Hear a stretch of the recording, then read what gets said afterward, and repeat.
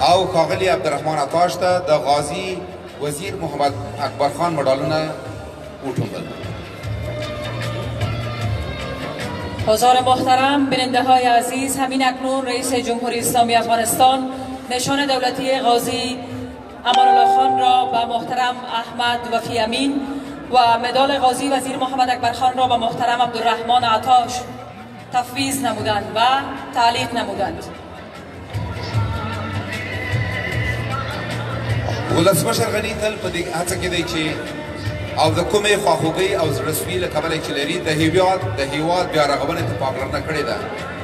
سترک بیلګې دارالامان، تاج بیگ، چلستون، جبل سراج ماڼۍ، عیدګاه جومات او نورې تاریخي ماڼۍ او ځلې دي چې یو په بل پسې رغول کېږي. د هیواد د خپلواکۍ د سلمې کلیزې په ویاړ تاسو ټولو ته بیا هم مبارکي وایو.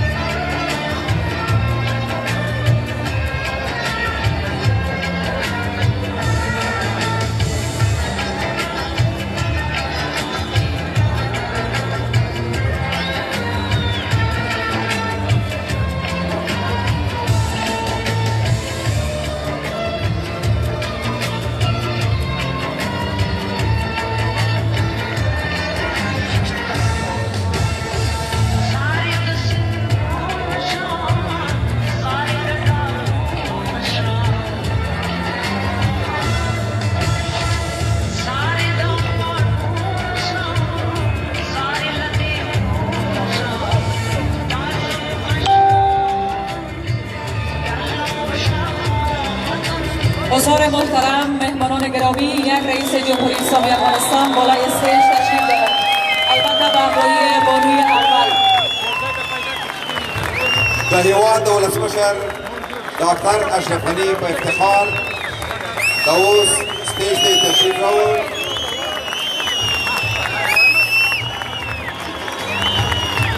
او د درنو حاضرینو لخوا بدرګه کیږي.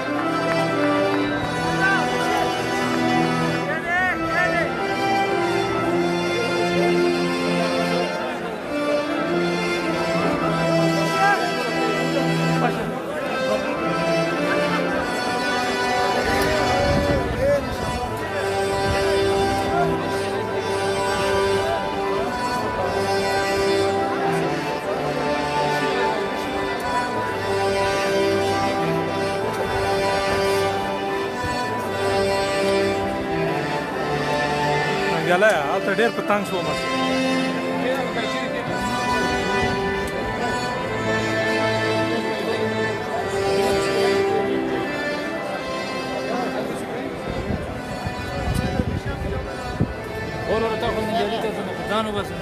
هغه ځوان چې د وطن په درد سوځېږي، هغه ځوان چې د وطن په درد سوځېږي، که سلسله په مخ نیږي پورته کېږي، ما ترې سل ځله قربان او صدقه کړې چې د مرګ په پوله ناست وي لا خوځېږي.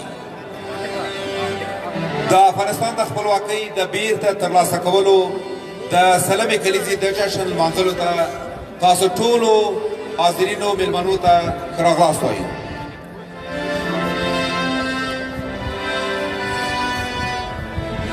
و اوج کهکشان پرواز دارد باز استقلال، و سرکش قله ها پیچید نوا و ساز استقلال. هواداران این میهن همه دمساز استقلال، نباشد خوشتر آواز و جز آواز استقلال.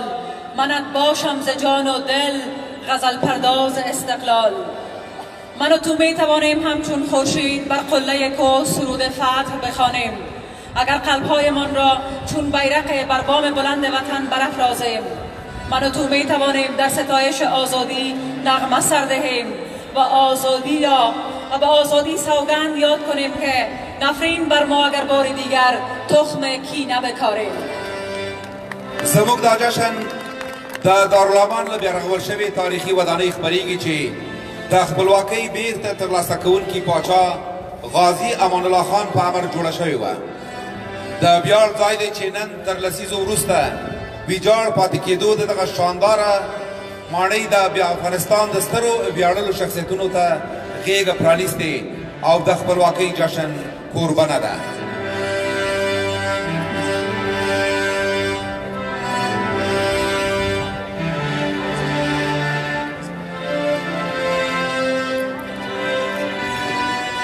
و حال از میزبانان برنامه کنونی که همکاران ما هستند تقاضا میکنیم روی استیج تشریف بیاورند. دیوا پتنگ،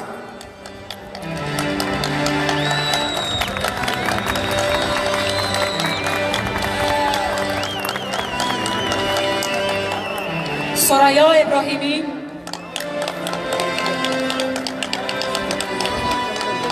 نازیه هاشمیار و بسم الله مومن.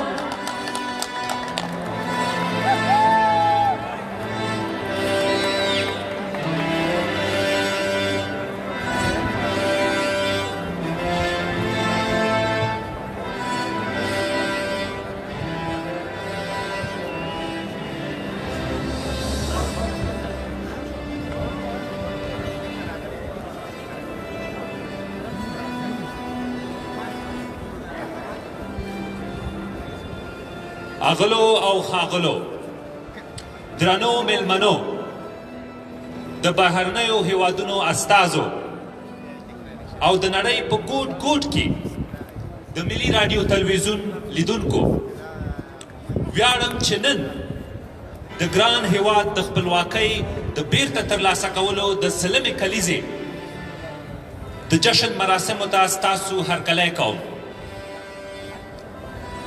نن شپه د دغو تاریخي مراسمو د ترسره کوونکو په استازیتوب هیله لرم چې وکړای شو د سرلوړي افغانستان د یوې پیړۍ خپلواکۍ پر سفر له هیجان او مینې ډک جشن کې خپله خوښي له موږ سره شریکه کړئ. خوشحاله یو چې یوازې نه یو، هم دلته تاسو لرو او هم دا جشن په ټول افغانستان کې او په ټوله نړۍ کې د دې ځورېدلي میلمهپال او ریښتوني ملت غړي دوستان او خواهوږي لمانځي. ای د خپلواک هیواد وګړیه، که په هیواد کې او که مسافر یې، سرلوړي دې 100 کلنه شوه، خپلواکي دې مبارک شه.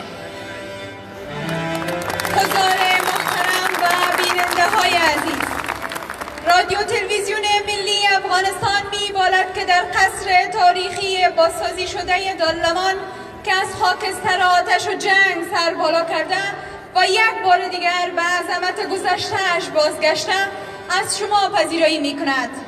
تشکر از این که با حضور خویش و یا هم با تماشای برنامه زنده از رادیو تلویزیون ملی افغانستان و صفحات اجتماعی ما را دنبال می‌کنید و در جشن 100مین سالگرد استرداد استقلال کشور افتخار و خوشیتان را با ما شریک می‌سازید. امشب نمای از غنامندی تاریخ، میراث، هنر و فرهنگمان را به نمایش خواهیم گذاشت که به شهرت افغانستان افزوده است.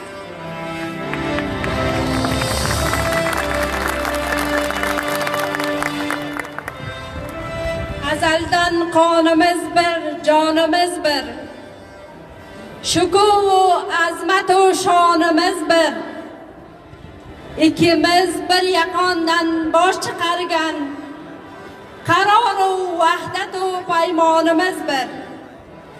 Milliy radio televizionining aziz hurmatli ko'ruvchilari, o'tgan necha yil hafta jarayonida Afg'oniston 34 viloyatida joddalar, ko'chalar va ayrim yerlarda Afg'oniston bayroqlari, ziynatli chiroqlar va amosi shonlar bilan bezatilgandir. Biz faxrlanamizki bugun sizlarni bu tantanali bayramda istiqbol qilamiz. Mustaqillik 100 yillik bayrami qutlug' bo'lsin.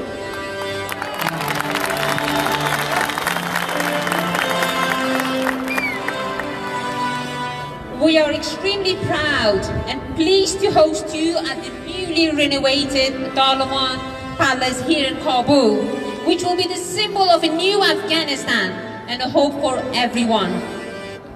As His Excellency President Mohammed Ashraf Ghani said once, investing in our culture and identity helps us understand who we are. Tonight, on Radio Television Afghanistan, you will get to see a glimpse of our rich Afghan culture, history, heritage, and the fine arts as we know of which Afghanistan has the best to offer. Our journey tonight will take us from our ancient past of the Silk Road to our current ever-growing and marvelous hopeful future. RTA will have lots of exciting performances for you tonight. So let's enjoy this show tonight all together. Happy Independence Day to all of you and all around the globe. Thank you. له خپلو قربانو څخه مننه کوو.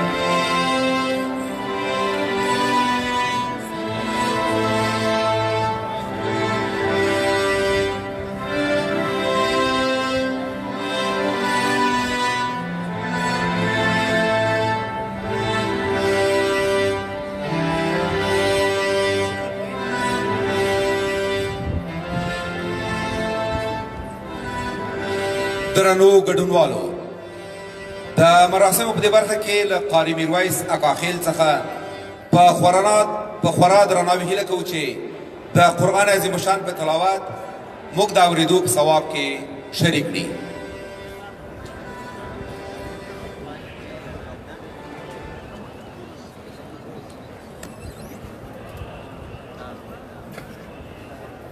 خاصة توګه جناب رئیس صاحب جمهور ته او بالعموم د افغانستان ټول د استقلال تږیو او د استقلال نازولو ولس ته السلام علیکم ورحمة الله وبرکاته. أعوذ بالله من الشيطان الرجيم.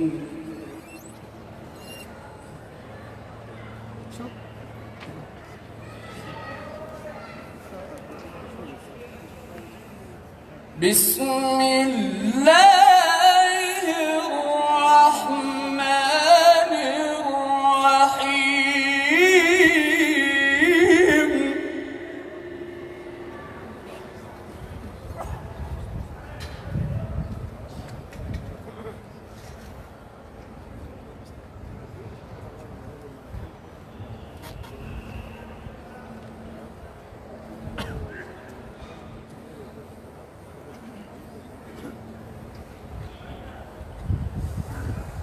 ولقد آتينا داود وسليمان علما وقال الحمد لله.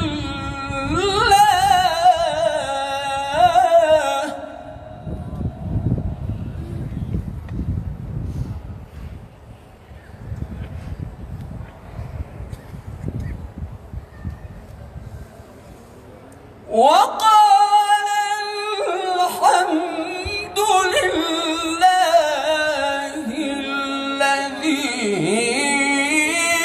فضلنا على كثير من عباده المؤمنين.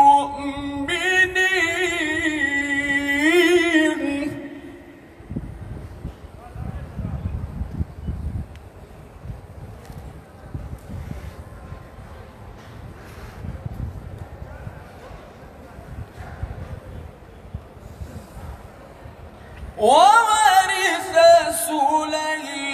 سليمان داود وقال يا أيها الناس علمنا منطق الطير.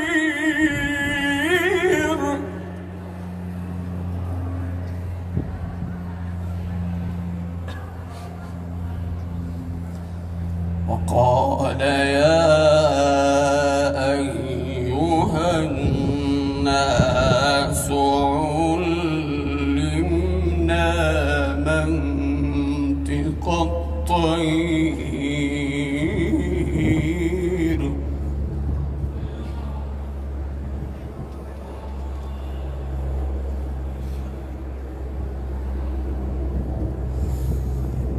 وورث سليمان داود وقال يا أيها الناس علمنا منطق الطير وأوتينا من كل شيء.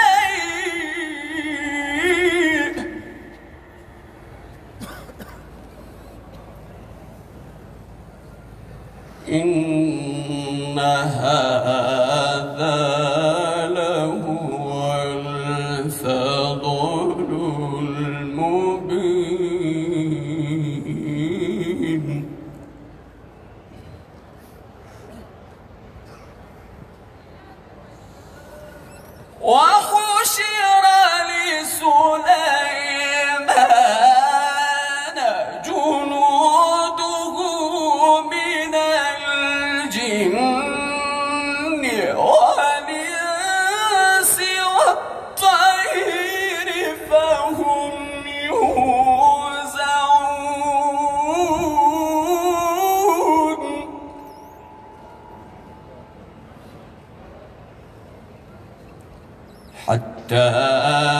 إذا أتوا على واد النمل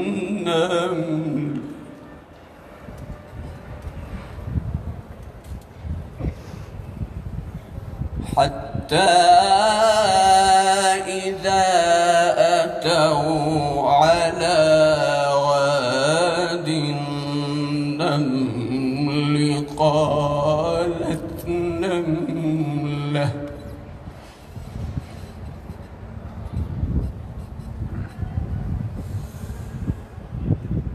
وحشر لسليمان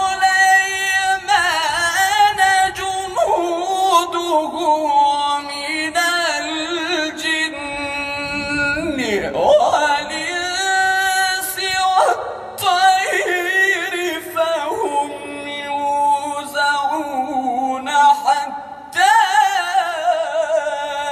إذا أتوا على واد النمل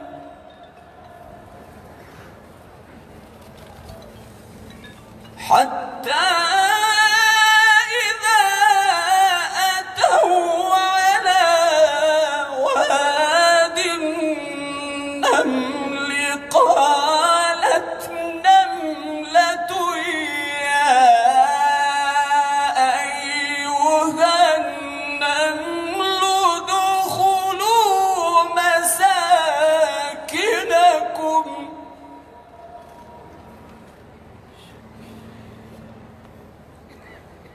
ادخلوا مساكنكم لا يحطمنكم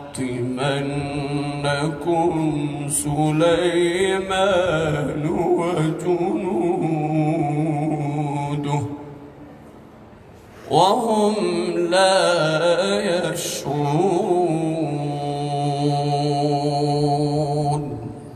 صدق الله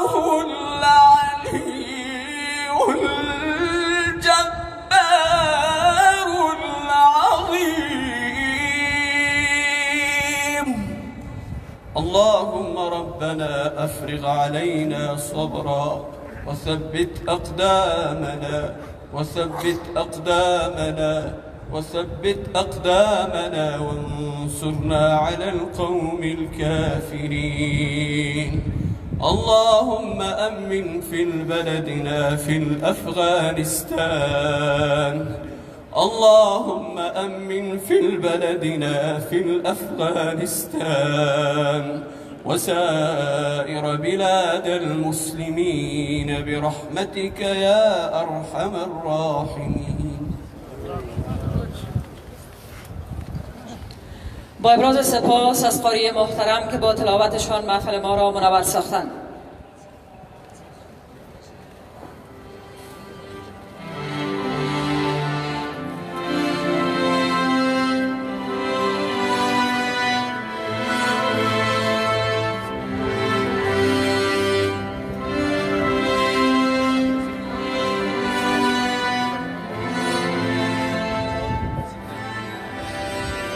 و حال از افسران دلیر و سربازان شجاع امنیتی و دفاعی خود تقاضا میکنیم روی استیج تشریف بیاورند و همراه با تیم ملی ترانه معارف سرود ملی جمهوری اسلامی افغانستان را که نماد از همبستگی و یکرنگی اقوام با هم برادر است اجرا نمایند.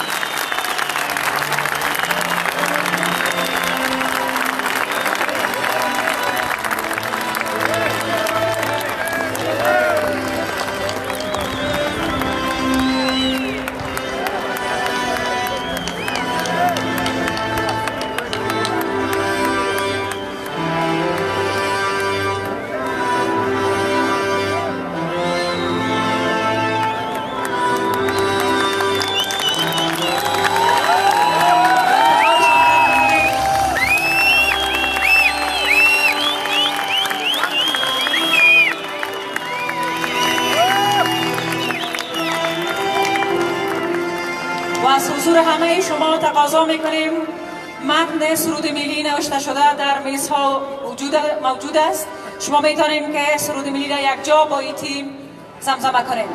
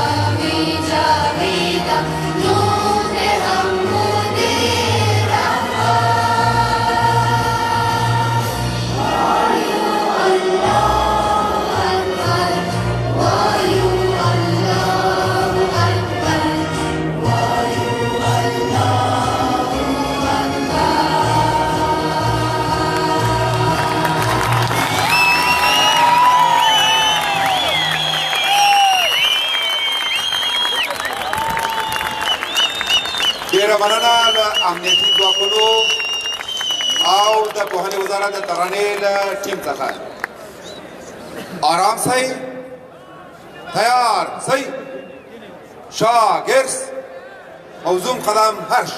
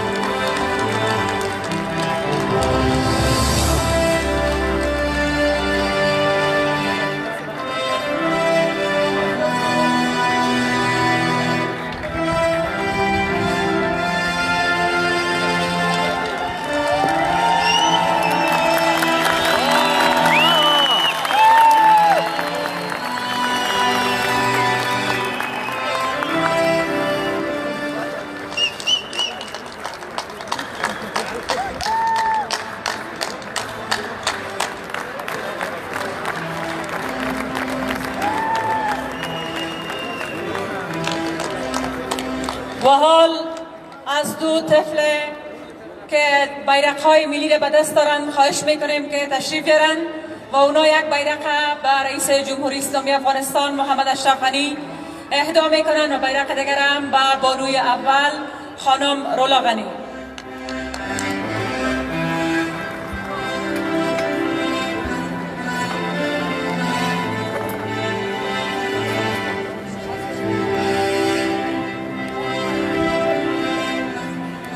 بوی گل زمزمه باد بهار آزادی، عشق من آینه قامت یار آزادی، کوکوی فاخته ها همه ماهی ها، چهچه باغ و سرود لب خار آزادی، خشم قوم بسرافرازی صدها رستم، ارث آبایی من دار و ندار آزادی، اولین نام که در زندگی آموختم، اولین نام که در زندگی آموختم، آخرین گفتنیم روز شمار آزادی.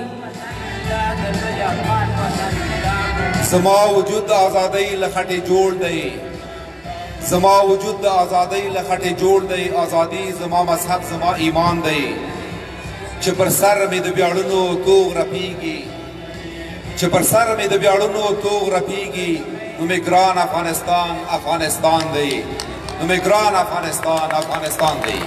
یو ځل بیا د هېواد د خپلواکۍ د سلمې کلیزې مبارکي ټولو هېوادوالو د ملي تلویزیون درنو لیدونکو د افغانستان راډیو درنو اوریدونکو ته وړاندې کوو.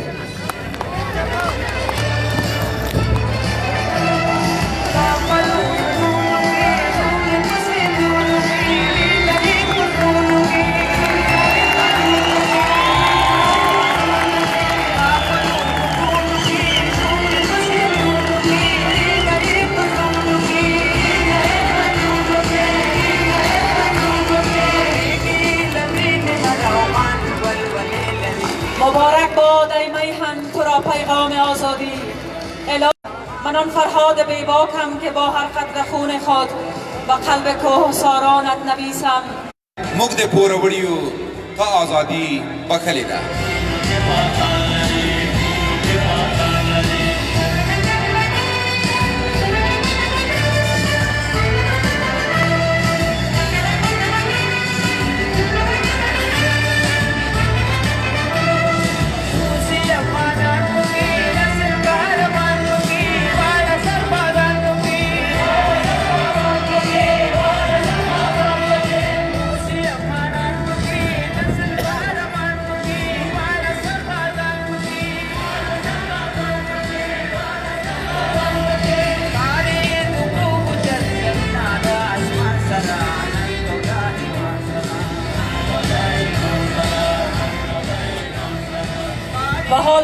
جناب محترم عبدالمتین بیگ رئیس عمومی ارگانهای محل خواهشمندیم روی استیج تشریف آورده و در رابطه با آزادی و جشن امروزی صحبت نمایند.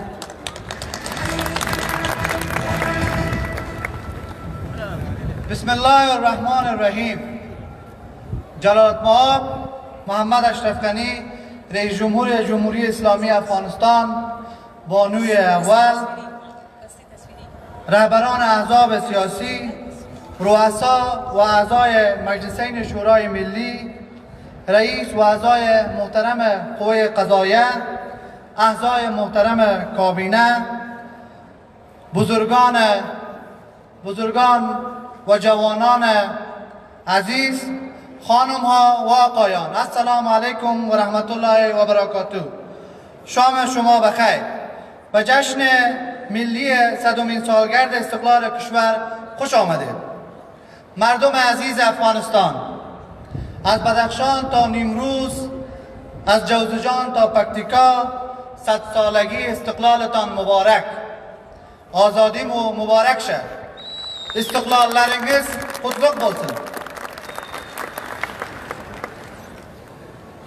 حضار محترم، بجاست تا درود بفرستیم بر روی همه شهدای پاک افغانستان عزیز، از جمله شهدای مظلوم 26 اسد شهر کابل که در آستانه تجلیل از استقلال کشور به دست جلادان تاریخ به شهادت رسیدند که یاد و خاطرهشان فراموش ناشدنی است. ما باور کامل داریم که هر آنچه این ملت امروز دارد مدیون ایثار و فداکاری نیروهای امنیتی و دفاعی کشور است. 100 سال پیش شاه جوان غازی امان الله خان با اعلام استقلال کشور فصل جدید تاریخ معاصر افغانستان را گشود. به گفته جلالت مآب رئیس جمهور، قهرمان اصلی استقلال مردم افغانستان هستند. مردمی که در طی قرنها بارها این سرزمین را از تجاوز و تعرض نجات دادند. از مقابله با استعمار تا جهاد و مقاومت، از مبارزه با تروریسم و حراس افغانی تا ایستادگی برای تداوم جمهوریت، کارنامه این ملت آزاد و سربلند است. طی ماه‌های اخیر هزاران عاشق این سرزمین 100مین سالگرد استقلال کشور را با اشکال مختلف با سرمشق گرفتن از تنوع فرهنگیمان به شیوه‌های که خود خواستند تجلیل نمودند. افغان‌ها با مکتب عشق و عرفان مولانا، درایت و هنرپروری گوهرشاد بیگم، با شعر خوشحالخان خطک، با علم سید جمال الدین افغان، با شجاعت ملالیها و با تکیه بر تاریخ 5000 ساله این ملت ایستادگی کردند و آزادی و استقلال این کشور را تداوم بخشیدند. Aziz vatandaşlar, istiqlal milli bir arzishdir. Minglarcha shahidlarimizning qonun bosi bilan qo'lga keltirilgan.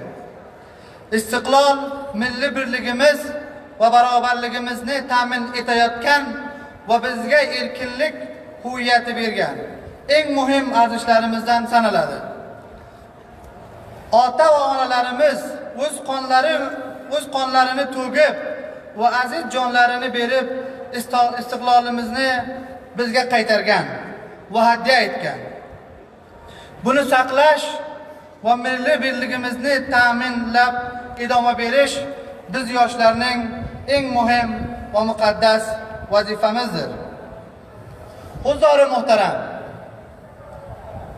qasri ki imroz mezboni jashn است بر ما یک تعمیر یا یک قصر نیست، نماد از درد، رنج و ایستادگی یک ملت است. طوری که قصر دوباره ایستاد شده و دوباره به پای خود ایستاد شده، همونطور این ملت به پای خود ایستاد شده و به تحرک آمده. هیچ قوت، هیچ گروه و هیچ دشمن و هیچ نیروی متخاصم نمیتونه ایره ایستاد کنه و ما به پیش خواهیم رفت. و جا داره از همکاران دارالانشا که مراسم تجدید کردن و برگزار کردن، خصوصا از جناب قطالیس و همکارانشان و والی صاحبا در ولایات، شاروالها و ولسوالها و شوراهای ولایتی و خصوصا نیروهای امنیتی ما که زمینه تجدید فراهم کردن تشکری کنیم. در آخر من صحبتهای خود با یک شعر پشتو به ختام میرسانم. سوچ دا جهان و دان وی، سوچ پاتی یو افغان وی، تل بدا افغانستان وی، تل بدا افغانستان وی. تشکر. د سیمهییزو ارګانونو د خپلواکۍ ادارې له رئیس ښاغلي متین بیګ څخه ډیره مننه کوو.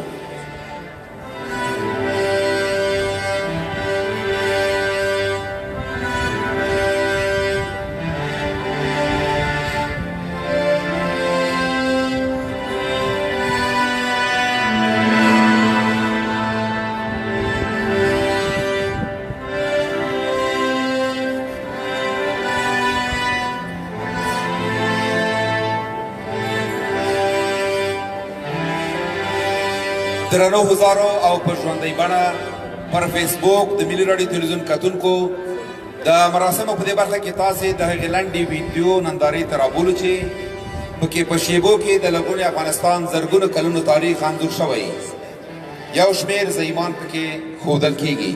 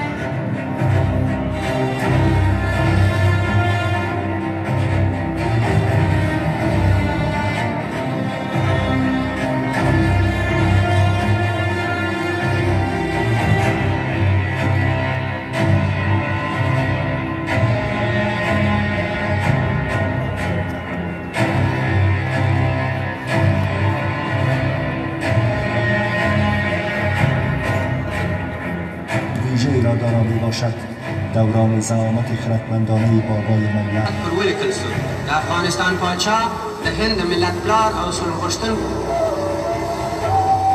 ښاغلي محمد داود په تودوخ هرکلی و احساساتو زموږ د جمهوري انقلاب د قهرمان او په افغانستان کې بعد نموداندن اجانب با تدبیر خردمندانه ازاد. بسم الله الرحمن الرحیم. ویایم چې د افغانستان د همدا خلکو ستر او له ویاړه ډک سمبول دی. اعضای کاروان شورای انقلابی کنفرانس سرتاسری و پلیدوم 13 کمیته مرکزی سیاسی و مسالمت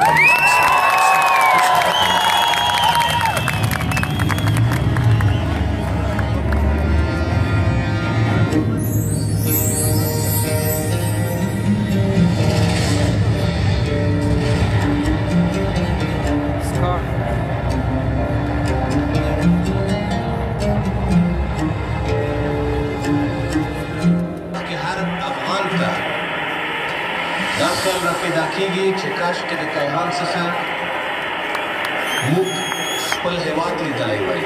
ډېر محترم ملګری ډاکټر صاحب نجیب الله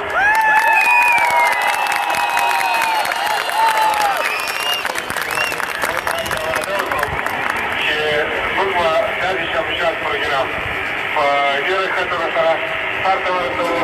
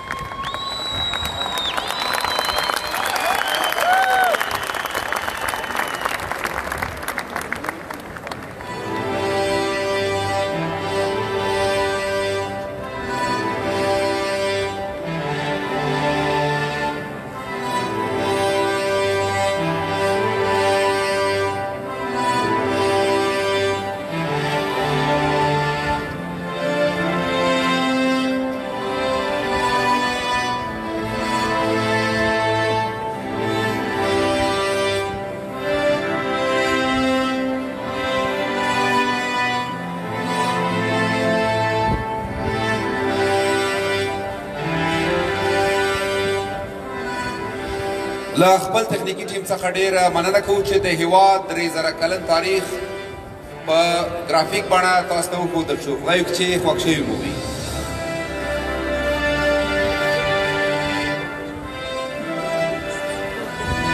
ډېرو درنو حاضرینو، د هېواد د خپلواکۍ سلمه کلیزه یو ځل بیا تاسو ته مبارکي وایو په دې هیله چې افغانستان د بیا رغونې او د سولې پر مخ ولاړ شي.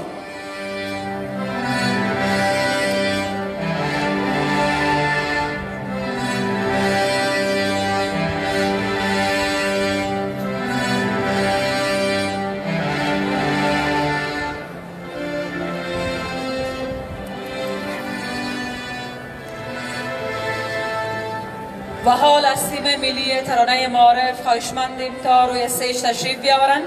قابل ذکر می‌دانیم که تیم ملی ترانه معارف 2 ترانه را بر شما تقدیم خواهد کردند. ترانه اولشان درفش نام دارند و ترانه دوم هم به 2 زبان است، به 3 زبان، دری، پشتو و ازبکی. به نام تل دیوی افغانستان. د ترانې د ټیم په ویاړ چکچکې وکړئ. ډېره مننه.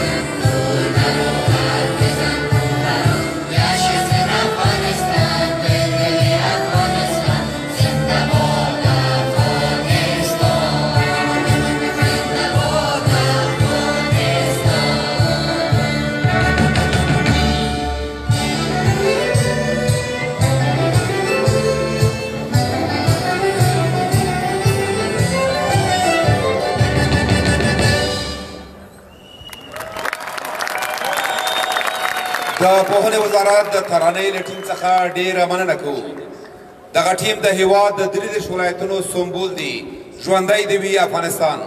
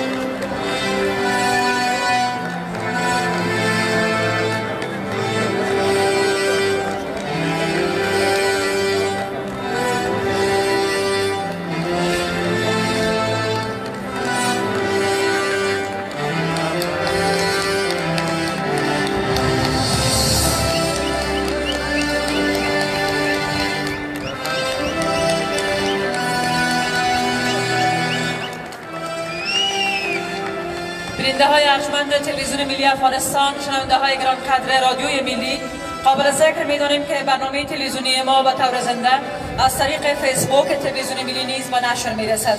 لطفاً نظریات، سوالات و احساسات خویش را با ما شریک سازید.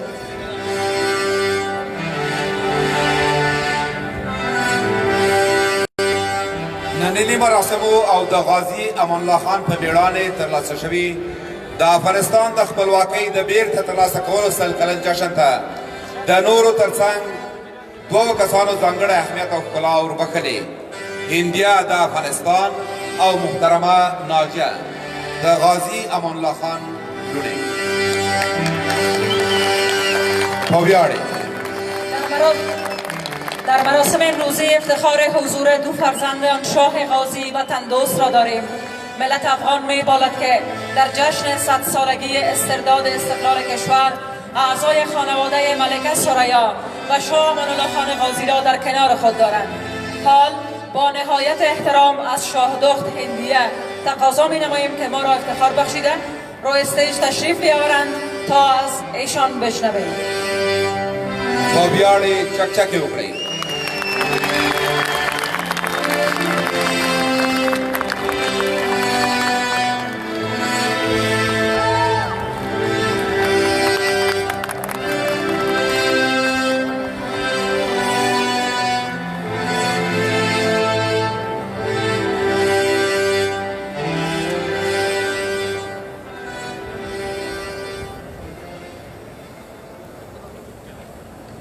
خواهران و برادران عزیز،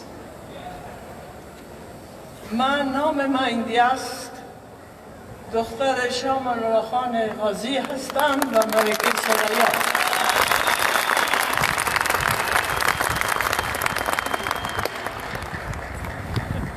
امروز از خداوند بزرگ به اندازه ممنون هستم که به 90 ساله که هستم باز اینجا میتونم به شما عزیزان تبریک بگویم برای 100 سال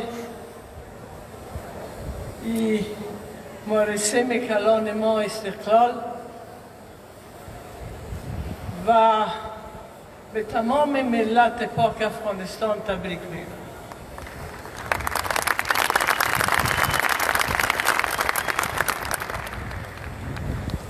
از رئیس جمهور ما معتبر آقای اشرف غنی و از بیبی گل جان تشکر میکنم، تبریک میگم، تشکر میکنم که من را به کابل مهمان کرد.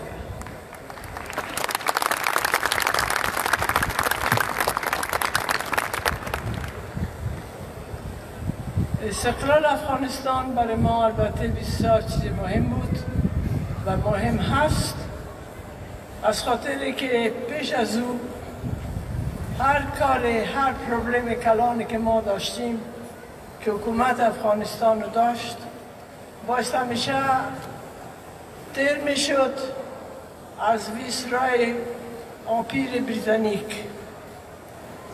وقت آزاد شدیم با مملکت‌های آزاد مستقیم میشد که ما رقابت داشته باشیم. یک چیز زود براتان میگم که فارسی ما در خارج یاد گرفتم بسیار ضعیف است، اما ایمان ما قوی است.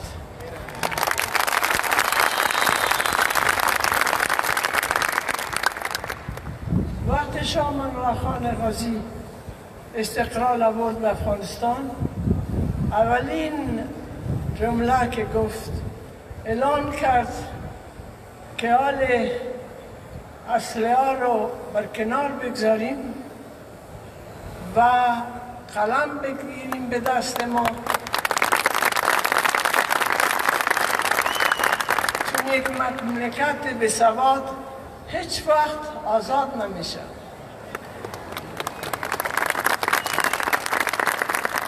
آنان غلامی ها رو، خشونت و اینا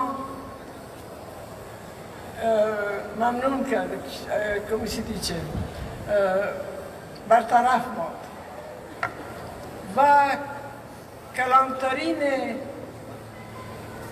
آرزوش همی بود و شروع کرد به مکتب ساختن برای بچه ها و دخترها پسندتر و 5 سال مجبور بودن که بچه ها به مکتب ابتدایی درس بخونن، در صورتی که در غرب 3 سال فقط لازم بود. ما وقت 100 سال پیش 100 سال پیش از ایتالیا و فرانسه و اینا سر همین موضوع جلوتر بودیم.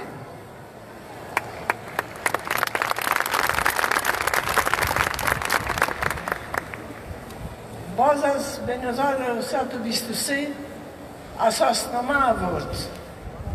مملکت‌هایی که دور افغانستان بود و حال پاکستان از وقت هندوستان بود اساسنامه نداشتن و قانون که لازم که هر نفوس افغانستان زن و مرد میتونستن کار بکنن، هر کسی که قابل بود همین قانون آورد و به غرب بعد از 30 سال این قانون برآمدن. ما 100 سال پیش 20 سال پیش بودیم.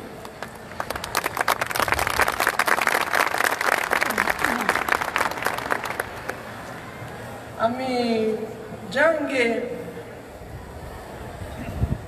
که شد متاسفانه شهید زیاد شده، ولی فراموش نکنیم که به چند ولایت که نفوس کم بود مثل پکتیا و منگل، زنای افغان تفنگ به دستشان رو گرفتن و وطن خود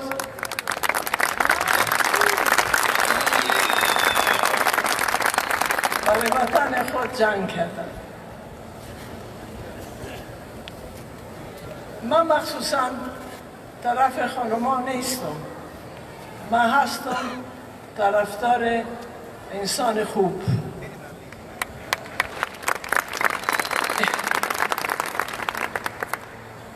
به هر جنگ ما متاسفانه شهید داشتیم. جنگ‌های قدیمی قرن قدیم، جنگ استقلال افغانستان، جنگ در ضد شوروی. شهیدان را فراموش نکنید، هم سیویل هم نظامی. برایشان دعا کنیم، فراموششان نکنیم. امین.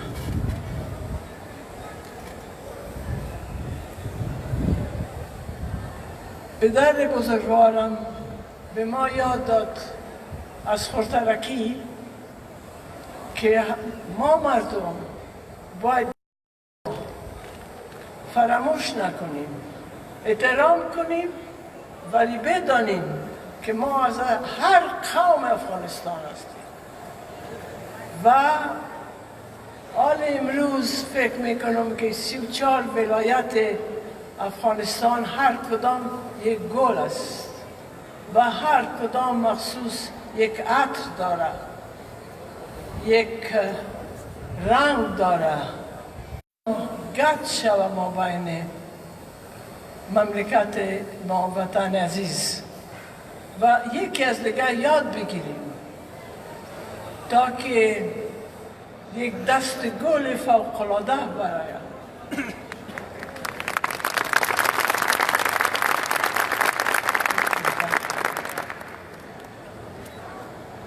نزدیک شاه الله خان غازی یک همسر فوق‌العاده قوی داشت، ملکه ثریا، که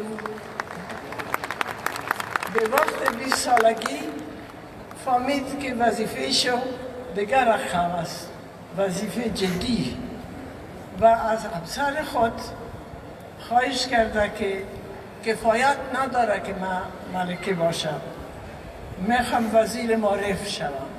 دخترش محمود طرزی بود. یک ملکه فوق‌العاده دلسوز بود، مثل بیبی گل.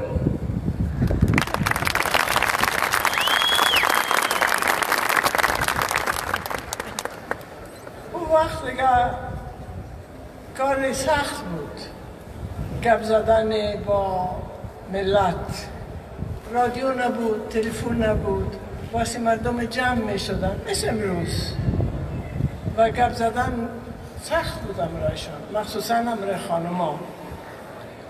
مادرم اولین کاری که کرد یک مکتب ساخت به نام عربی بود. وقت نام ناجه چی نام بود؟ خواهرم مرا یاد نمیتن. مستورات. مستورات. مستورات، آفرین. باز پسانتر نامش ملاله شد و پدر و مادر دخترای بزرگ، 3 تا خواهرای بزرگ من اونجا فرستاد و خواهش کرده از معلمان که فرق نبینم ما بین دیگر دخترها. اول 13 دختر بود، باز از 10 سال نه، باز از 1 سال 300 دختر بود، باز همیشه زیادتر شد. دخترای افغان تشنه درس خواندن داشتن، اگر نه بیشتر به خانه میخواندن، مگه مکتب رفتن دیگر چیز بود. شاه خانم ملکه ثریا یک شفاخانه هم ساخت. اون وقت شفاخانه، مکتب، هر چیز خرد بود، مثل 400 بستر نبود، البته سخت بود. وقت به این شفاخانه 3 تا پرستار خارجی آورد، مگر به این 3 تا پرستار گفت کفایت نداره که شما ناجرای ما را علاج کنیم، یک پروگرام بسازیم که برای دخترای افغان پرستاری رو یاد بدیم.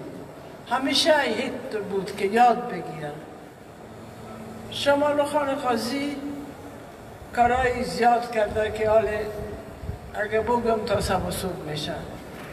از خاطر او فقط امیر میگم که پدرم به چند مملکت مهم سفارتخانه های بسیار مقبول خریده. زمین خود به مملکت ترکیه بخشید و به مملکت ایران.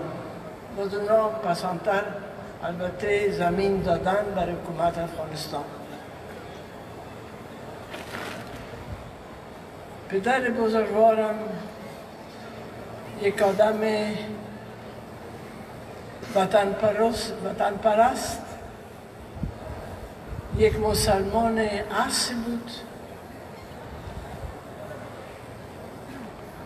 یک ملت دوست فوق‌العاده بود، یک پدر بسیار مهربان بود.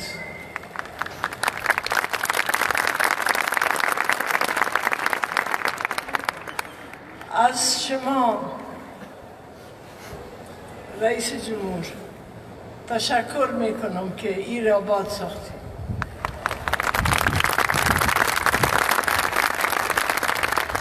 این یک سمبول است برای همه افغانان، مقصدم به همه نفوس که به این وطن زندگی میکنن. و با اجازه تان من یک گپی میزنم که ممکن بسیار اوفیسیل نیست. امیر میگم به شما رئیس جمهور، وقتی ما خرد بودیم پدر بزرگوارم به ما همیشه مواظب بود و وقت کار خوبی میکردیم یا نوت خوب میگرفتیم از مکتب یا حرکت خوب میکردیم به ما میگفت شاد باش، آفرین. حالا با اجازه تان از طرف خب بسیار آدم خرد هستم، مگر از طرف بابا جانم، از طرف شاه امان خان غازی برای شما میگم شاباش، آفرین.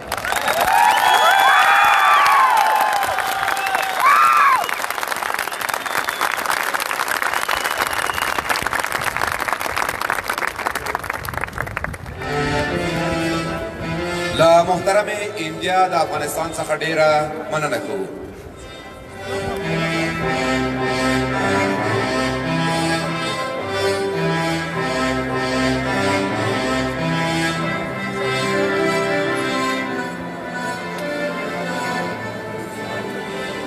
څو چې دا ځمکه اسمان وي، څو چې دا ځمکه اسمان وي، څو چې دا جهان ودان وي، څو چې ژوند په دې جهان وي، څو چې پاتې یو افغان وي، تل به دا افغانستان وي. استقلال ټولو ته مبارک، خپلواکي مو مبارک شه.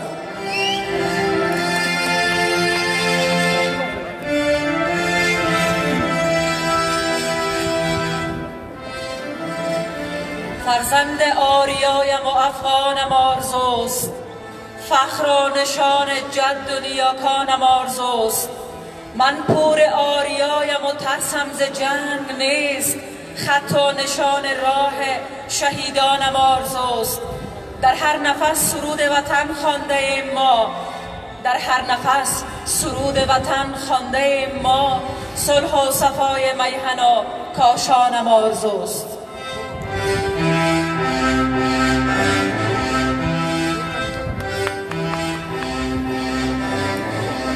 که د یو شخص ډېر ټینګار علاقه نه وای، نن به زموږ تر شا د دارالامان ماڼۍ نوره هم له خاورو سره خاورې وای.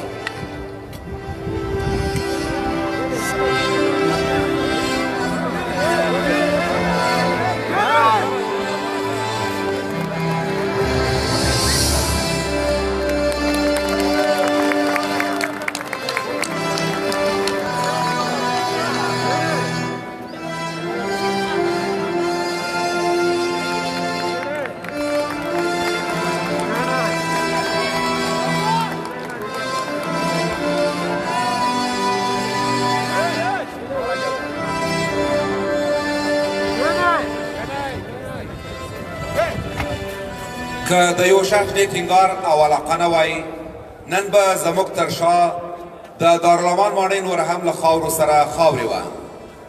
دا او دې ته ورته نورو تاریخي ماڼیو، ودانیو او عابدو ته په دې وروستیو کلونو کې ډېر پام ځکه واړول شو چې زموږ د هویت مهمه برخه ده او د دې فکر کلک ملاتړي محبوب مشر جلالتمآب رئیس جمهور محمد اشرف غني دی چې په خورا درنښت ترې هیله کوو چې خپله وینا په دغه له ویاړه ډک جشن کې واورو.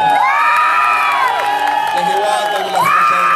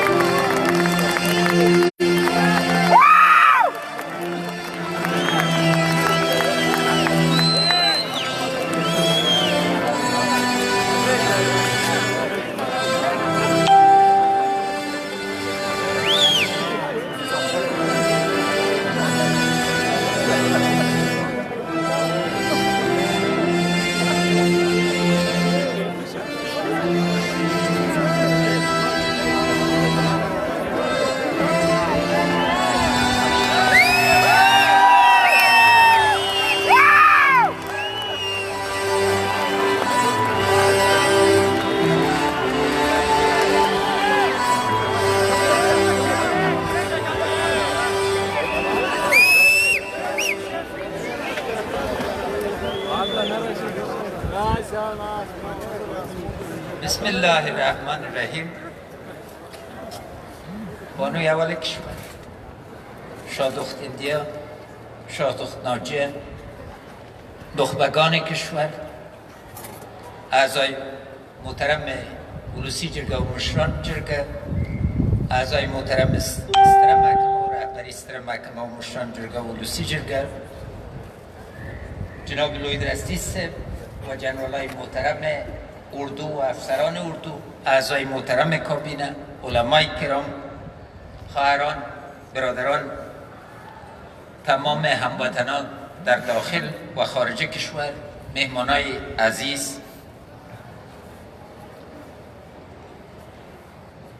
زوریدلو خو با غرور و وطنوالو نن موږ د دارالمان له ورانې او ویجاړې ماڼۍ څخه بیا دارالمان جوړ کړ. مبارک مو شه، مبارک.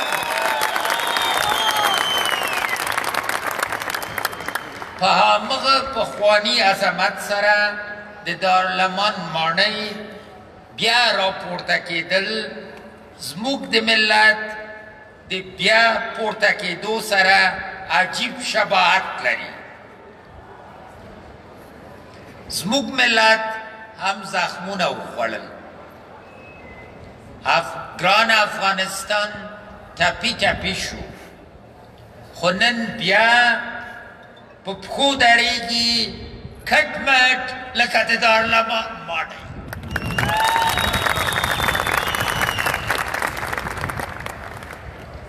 د دارالمان ماڼۍ د کابل د غرونو په منځ کې د سلګونو سمبولونو څخه یو سمبول دی چې زموږ د تاریخ په زړه کې ځای لري.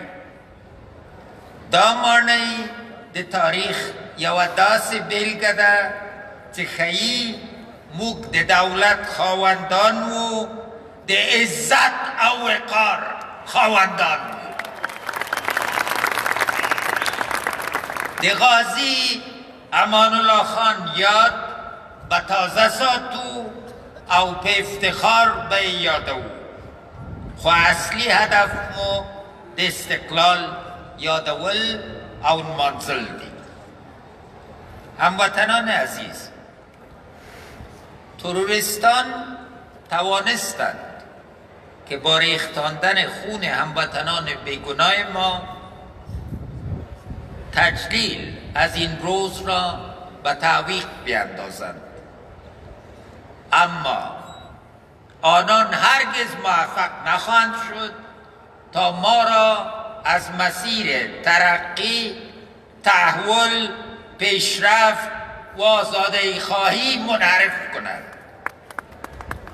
ملت عظیم افغانستان با اراده آهنین این مسیر را انتخاب نموده و آن را طی خواهد کرد. به خاطر احترام به خون شهیدان حادثه دلخراش 3 روز گذشته کابل و تمام شهدای رای آزادی کشور چند لحظه سکوت اختیار می‌کنم.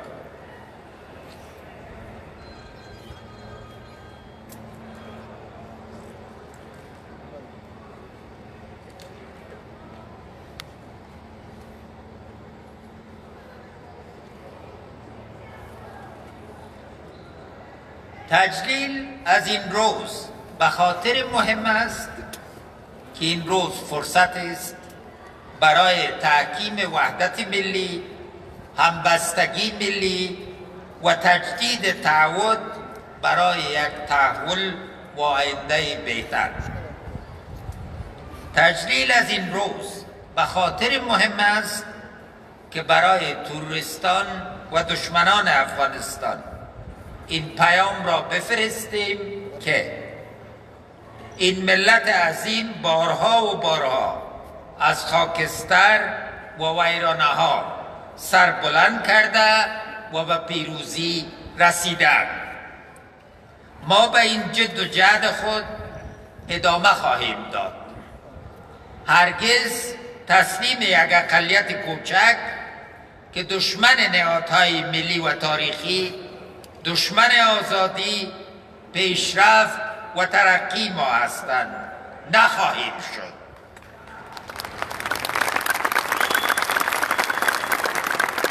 این تجلیل از هویت بزرگ ملی ماست که نگذاشته است هیچ یوغ استعمار چه پنهان و چه آشکار بر شانه‌هایش گذاشته شود. دشمنان افغانستان بسیار تلاش کردند که نمادهای تاریخی ما را از بین ببرند. اصلا هدف از بین بردن عمارت‌ها نبود. هدف اساسی این بود که با تمسخر و ویرانی این عمارت‌ها افغانستان را از تاریخش، از گذشته‌اش، از غرور و وقارش جدا سازند.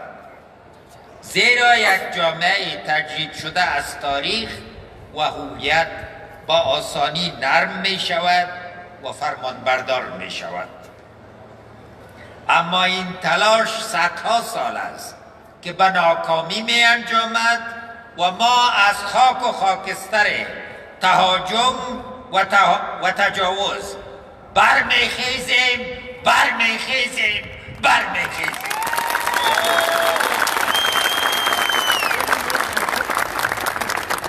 هرات را چنگیز به خاک و خون نشاند. پس از تهاجم چنگیز تنها چند تن هراتی باقی ماند. همان چند تن یکی را ملک خواندند و با بازوان خود بیل زدند و نهرهای هرات به شمول نهر شاهی هرات را ساختند. هرات باقی ماند و امروز یکی از نگینهای هویت ملی ماست. خبر دارید که چند قبل تلاش صورت گرفت که آرامگاه سلطان نامدار تاریخ ما محمود غزنوی را انفجار دهند. غافل از این که محمود غزنوی یک قبر نیست بلکه پایه از هویت تاریخی ماست. روایت از بودن ما در تاریخ است که در دل هر افغان حک شده است و تا یک قلب حمد افغانستان در تپش است. اسم غزنی و سلطان نامدار تاریخش در تپش های قلب ما تکرار می شود. تندیس های بودا را با باروت‌های هدیه شده از دشمنان مضطرب و شیطان خوی و حسود این خاک ویران ساختند تا ما را با انفجار از تمدن کهن ما جدا سازند، اما ناکام شدند. بودای ساخته شده از خاک ویران شد، ولی بودایی که نشان میدهد ما هیچگاه بی معرفت و علم نبودیم قابل ویرانی و انفجار نیست. هیچ باروت نمیتواند هویت ملی افغانستان را انفجار دهد.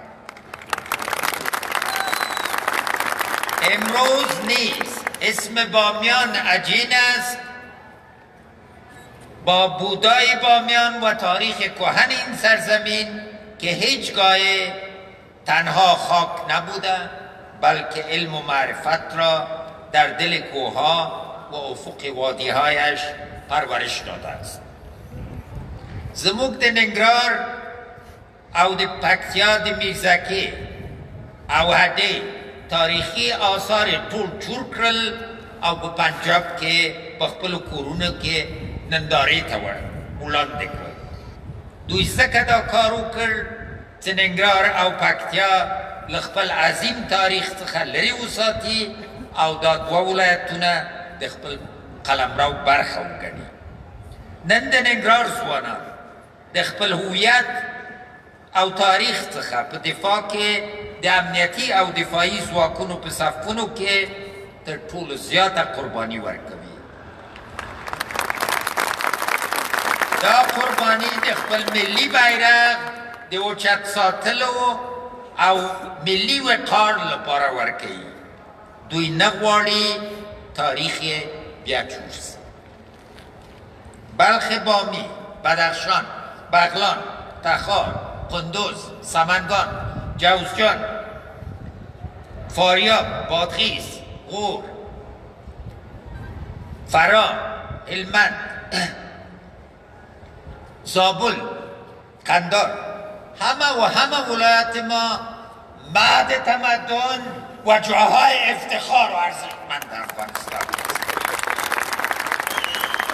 لوی کندار لوی ده خپلغی که خرقه مبارک ده زای ورکړی ده. کله چې د دین تر نقاب لاندې پر کندهار یرغل وشو، دوی کوښښ وکړ چې لوی او باوقاره کندهار د تفرقې په مرکز بدل کړي. څه وشول؟ ناکام شول. زموږ د ستر او ځوان امپراتور احمدشاه بابا ټاټوبی د تحمل او تاریخي زغم مرکز هم زخمی شو. خو دغه ټاټوبې او هویت څخه د دفاع مینه او محبت د لوی کندهار د احمدشاه بابا او میرویس نیکه د لمسیانو په رگ رگ کې جاری ده. پروان سرسبزتر از گذشته و مستحکمتر از گذشته ایستاده است. این خطه باستان که در طول هزاران سال یا متن تمدن ها بوده یا مسیر را خواستند و سرزمین سوخته تبدیل نمایند. نتوانستند و نخواهند توانست. پروان مانند پروانه افسانه‌ای باز از خاکستر بلند شد و پرواز کرد. این قصه دراز است. این روایت با جذبه است اما دردناک. پس امروز افتتاح قصر دارالامان این نیست که ملت فقیر ما به کاخ نیاز دارد. نه، این به خاطر است که نشان بدهیم هر قدر فقیر شویم هویت فروش نیستیم. هر قدر گرسنه بمانیم تسلیم نمیشویم. با بازوان خود هم همت هم هویت خود را حفظ میکنیم و استحکام میبخشیم. استقلال به عنوان یک ارزش پرورش یافته در خاک و خون ما باید گفتمان همیشه و ابدی سرزمین ما باشد. دارالامان نه تنها نمونه استقلال فکری ما در پاسداری استقلال سیاسی ما و نهاد آزادی و خود استادگی استقلالی ما هم خواهد. افغانستان هیچ وسیله بزرگ و مؤثرتر از هویت ملیش در برابر تهاجم نداشته است و امروز هم همین هویت است که برای سرباز شجاع ما انگیزه ایستادن در برابر تهاجم را داده است. افغانستان در طی 2 قرن اخیر دچار تلاطم زیاد گردید و امروز با همت شما ملت سرفراز ما از این تلاطم ها در حال عبور هستیم و تهداب دولت پایدار را گذاشته ایم و انشالله آن را این ملت تأکید خواهد داد. دولتی که از شرف و عزت فرفرد این سرزمین، از هر زن و مرد افغان، از هر عالم و دهقان افغان، از هر طفل افغان زیر یک بیرق حراست نماید و از احساس آتشین ملی ما نمایندگی کرده بتواند. به ننگ تاریخی این سرزمین که دولت قوی نداشته است باید پایان بدهیم و قصه انقطاع را خاتمه دهیم. ملت شرافتمند افغانستان. جمهوریت اساره است از هر چیز که ما با آن باور داریم. جمهوریت است که در زیر چتر آن ما از خاک، از باورها، از هویت، از تاریخ، از میراث مادی و معنوی، از عزت و شرف ملی ما با همدلی دفاع کرده میتوانیم.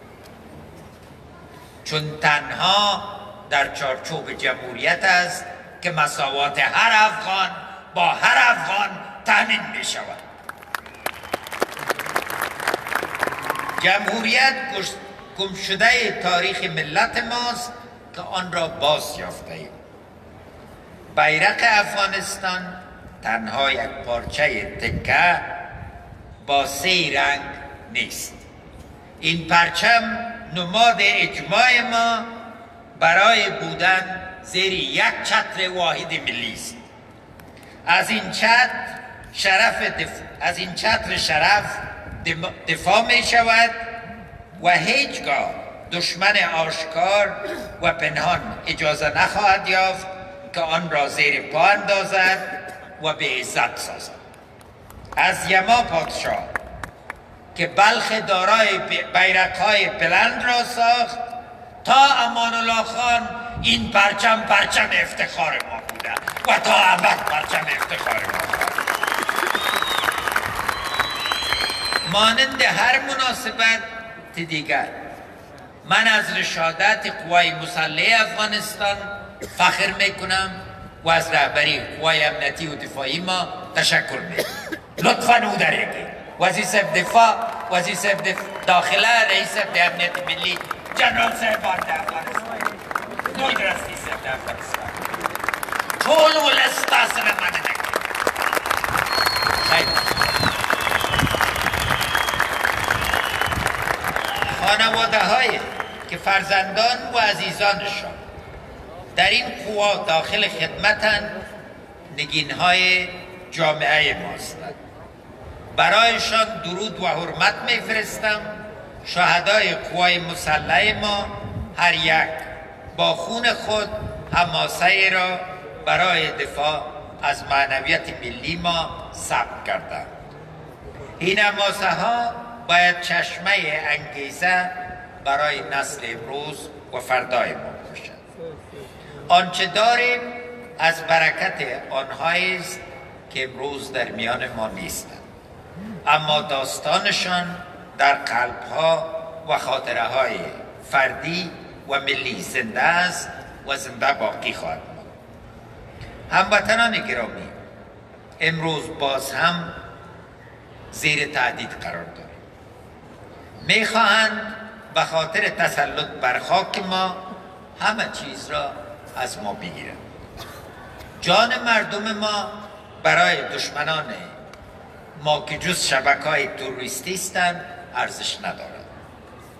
به همین خاطر است که از کشتار دست جمعی در هیچ جای دریغ نمی‌کنند. تلاششان ایست است که کشتار اراده ما را بشکنند. تا امروز نتوانستند و به همت قوای امنیتی و دفاعی و غرور ملی ما هیچ وقت نخواهند توانست. آنها از کشتار مردم در محفل عروسی، در فاتحه، در مسیر راه، در کودکستان و مسجد ابا نکردند. این کردارشان هیچ رابطه با دین مقدس اسلام ندارد، بلکه در اصل تلاش دارند که موقعیت ما را تسخیر کنند، حتی اگر این تسخیر به قیمت جان همه این ملت می شود. ما این تلاش خونین و فاجعه بار دشمن را ناکام خواهیم ساخت. با همت شما مردم خویش دشمنان خویش را ناکام خواهیم ساخت. با اتکا به تاریخ خویش آنها را ناکام خواهیم ساخت. با اتکا به دین و دیانت بیلکه و سچه خویش آنها را ناکام خواهیم ساخت. دشمن در شبکه‌های تروریستی تنها تئوری تخریب را می‌داند و بعد از سال تخریب و کشتار یک صفحه پیام برای سازندگی و رفاه برای جهان اسلام و افغانستان ندارد. هموطنان گرامی، دولت مستحکم و پابرجا خواهد بود. انتخابات کیږي ټاکنې ځکه کیږي چې د اساسي قانون اصل ده او د ولس غوښتنه ده. انتخابات ځکه کیږي چې دولت په ټولیزه اراده او ملي شعور باور لري. ملت باید تصمیم ونیسي چې په ارګ کې څوک وي چې له دوی نه استازیتوب وکړي. اصل این که در پسخانه های استخبارات سرنوشت ارگ کابل را تعیین کنند گذشته است.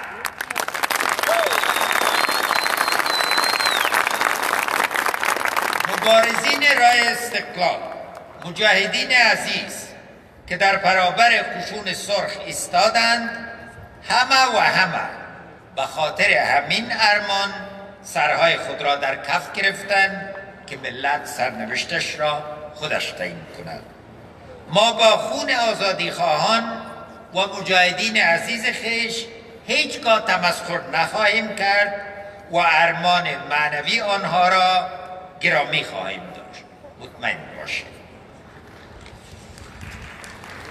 ما صلح می آوریم. من افتخار دارم که بانی پروسه صلح هستم. ما صلح می آوریم که در آن وقار ما تحکیم یابد. ما صلح می آوریم که در آن ملت ما بی صدا و گمگه نشود. موږ داسې سوله راولو چې زموږ جنکۍ پرته له ډارو ښوونځیو ته لاړ سي او موږ پر افتخار خویندې په دولت، اقتصاد او ټولنه کې عظیم مشارکت ولري. موږ داسې سوله راولو چې ټول افغانان د همدغه درې رنګه بیرغ لاندې اوسي. موږ داسې سوله راولو چې د افغانان د بېوطني او اجباري کډوالۍ څخه مخنیوی وسي او کډوالې بیرته په عزت او احترام وطن ته راسي. ما صلح می‌آوریم که با نیروی جوان ما در ساختن وطن مصروف باشد، نه در بلند ساختن عمارت‌های دیگران. ما صلح می‌آوریم که دسترخوان افغان ما با محصولات خود ما پر شود. ما صلح می‌آوریم که اقوام افغانستان مانند گل‌های یک باغ در یک باغ به اسم افغانستان موجب صفا و زیبایی باشد. ما صلح می‌آوریم که در آن تمام زبان‌های رایج در کشور ما مانند دوره‌های دور و دوران تاریخ ما موجب شکوفایی ما باشد، نه موجب اختلاف. در این سرزمین جلال الدین رومی تولد شده است. در این سرزمین سالها قبل از فردوسی شاهنامه ها سروده شده است. شاهنامه مالک و مثنوی ملکیت معنوی ملت افغانستان است. ما نمیگذاریم که صلح ربط ما را با مثنوی و شاهنامه قطع کند. ما صلح می آوریم که از عظمت غوری ها، غزنوی، ابدالی ها تا امروز نمایندگی و حراست کند. ما به هیچ نیروی اجازه بارود گذاشتن در تهداب هویت زیبای تاریخی خویش را نمیدهیم.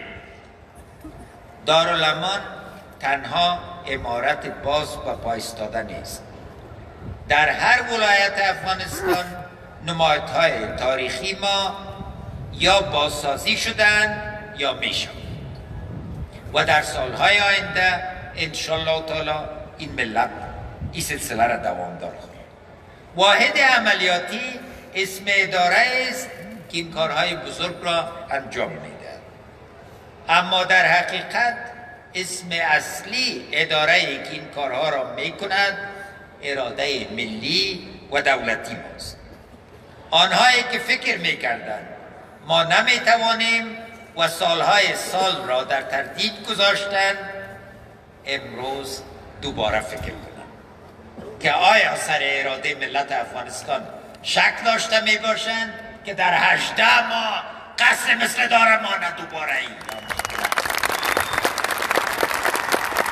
این قصر را که فکر می شد با مصرف 200 میلیون دلار بازسازی خواهد شد، تنها با حدود 10 میلیون دلار بازسازی کرد.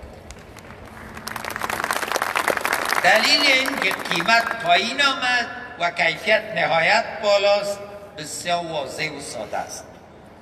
ما تنها با دستهای ما کار نکردیم. اینجا از احساس، از ایمان، از هویت، از تاریخ و از هرچی اسمش معنویت است یک جا کار گرفتیم تا ثابت سازیم ظرفیت افغانی تخیل نیست بلکه یک واقعیت است. از واحد عملیاتی خاصتا از جناب وفی امین و عطاش صاحب از جهت حب الوطنشان سپاس می‌کنم. تشکر جناب امین صاحب، جناب عطاش صاحب. امروز مدال غازی امان الله خان و جناب امین صاحب داده شد و مدال غازی وزیر محمد اکبر خان به عطاش صاحب. مبارکتان باشد. ملت شرافتمند افغانستان، استراب را به خود را ندهید. صلح می آید، انتخابات صورت می گیرد. نه ما به سالهای دکتر نجیب الله برمیگردیم و نه سالهای حکومت مجاهدین. هرگز نه، هرگز نه. دشمنان ما به این ملت تمکین کرده صلح خواهند کرد، ورنه با اراده آهنین ما مصادف خواهد. دارالامان و دارالمان های دیگر هیچگاه زیر پای ملیشه ها تخریب نخواهد شد. هیچگاه. ما ترداب خودکفایی را گذاشته ایم. افغانستان قرار است حیثیت دیرینش را به عنوان نقطه وصل منطقه و نقطه آشتی فرهنگ ها به دست دارد. انشاءالله این کار شدنی است و شما آثار و علائم پیشرفت را با وضاحت می‌بینید. ما به این جد و جهد خود دوام خواهیم داد تا صلح با عزت و پایدار را به دست آورد. افغان ولس دغه تجربو ته په کتو نه غواړي شاته لاړ شي. ولس هوښیار دی او بیا په اوازو او دسیسو نه غولېږي او د افغانستان د اسلامي جمهوریت تر چتر لاندې ژوند او سوله غواړي. سوله راتلونکې ده. د سولې د راتلو دپاره موږ کلکه اراده لرو. دا موږ وو چې د افغانستان سوله مو په یو ملي، منطقوي او بینالمللي بحث بدله کړه. موږ د یو باعزته سولې لپاره ټول شرایط آماده کړي دي او دا مو په عمل کې ثابته کړې ده. دا اوس چې د سولې په هکله د امریکا او طالبانو ترمنځ کومې خبرې روانې دي، موږ دا هر څه څارو، خو په دې اړه موږ ځکه خاموشه یو چې تر اوسه پورې د افغانستان د اسلامي جمهوریت او طالبانو ترمنځ مخامخ مذاکرات نه دي پیل شوي. کله چې امریکا او طالبان یو تفاهم ته سره راورسیږي او زموږ او طالبانو ترمنځ مذاکرات پیل شي، موږ به دغه پروسې ټول جزئیات له ملت سره شریکوو. سوله لکه غل د شپې نه راځي، په رڼا ورځ راځي او د ملت په خوښه راځي. د ملت استازیتوب څوک کولی شي؟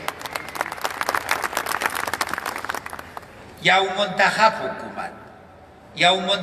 حکومت یوازې په انتخاباتو راتللی شي. انتخابات به کیږي او د جمهوریت د بقا لپاره شفاف انتخابات ډیر مهم دي. د شفاف انتخاباتو د ترسره کولو لپاره بې سابقې چمتووالی نیول شوی دی. د انتخاباتو کمیسیون د وروستیو تخنیکي اقداماتو څخه خبر شوم. د انتخاباتو کمیسیون د شفافو آزادو او عادلانه انتخاباتو د ترسره کولو لپاره ګټور تخنیکي ګامونه پورته کړي دي. هیله ده د کمیسیون مسئولین په دې اړه ملت سره نور جزئیات هم شریک تر څو ملت مطمئن شي چې د دوی رایه د دوی سرنوشت ټاکلي او راتلونکي زعامت یوازې او یوازې د دوی په رایه ټاکل کیدی شي. در اخیر میخواهم از کمیسیون برگزاری انتخابات کاتالیست و تمام همکارشون که صدها برنامه را در سرتاسر کشور اجرا نمودن ابراز امتنان کنم. 5 سال بود که منتظر یک شاباس بودم. امروز از شادخت اندیا تشکر میکنم که شاباسی داده.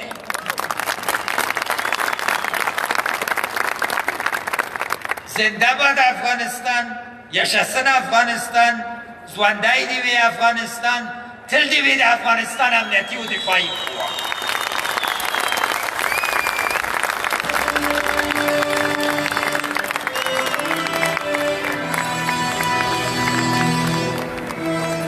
د افغانستان د اسلامي جمهوریت د جمهور رئیس له الهام بخښونکې وینا څخه ډېره مننه کوو.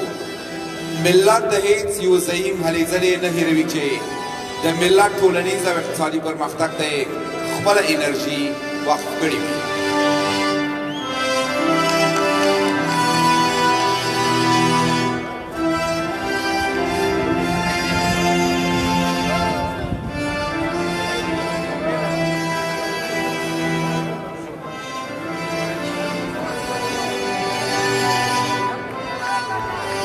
ای میهن عزیز که در پهنه حیات یک کلبد به شهر مصفا نمیدهم.